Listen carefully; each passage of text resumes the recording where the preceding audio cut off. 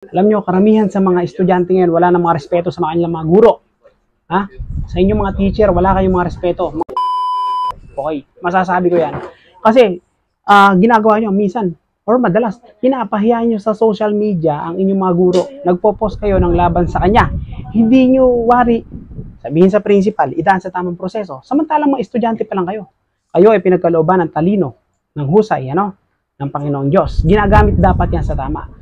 Kaya dapat hindi nyo binabastos o hindi nyo tinatrato ng masama ang inyong mga guro o teacher. Kasi sasabihin ko sa inyo ang definition ng guro. Ang guro ay binigyan ng kapangyarihan, binigyan ng karapatan para pagalitan ng estudyante, para ayusin ng estudyante, pagsalitaan ng mga kanais-nais na salita ang mga estudyante, bigyan ng mga estudyante ng lesson, at saktan ng estudyante. Binigyan ng karapatan yan. Magulang nga nagbibigay ng karapatan eh.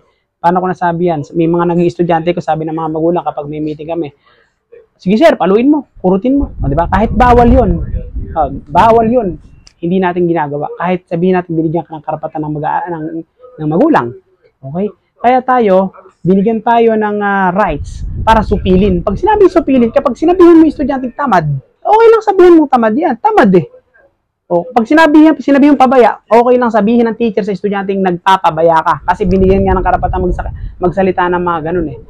So dito sa ating Republic Act na yung Children's Policy, Child Protection Policy pala. Yung Child Protection Policy na yan, hindi masyadong nauunawaan yan ng mga magulang at ng mga estudyante. Dapat may isinasagawang seminar tungkol dyan. Nang sa ganon ay hindi nadidikdik or hindi nababasto sa social media ang teacher. Ang teacher, pwede rin magdemanda yan sa magulang. Kapag ang magulang hindi niya sinupil yung anak niya na magpo-post sa Facebook. Huwag nating sabihin na yung child protection policy ay para sa mag-aaral lang. May laban din ang mga teacher yan. Yun lamang ang aking may share sa araw na ito.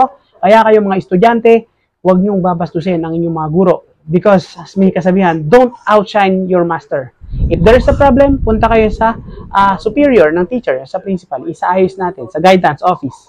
Hindi yung magpo-post ka sa social media, nagdidesisyon ka. At kung ikaw ay hindi lang ikaw, marami nang nag-share niyan, tapos kang bata ka, kailangan nating ayusin yan.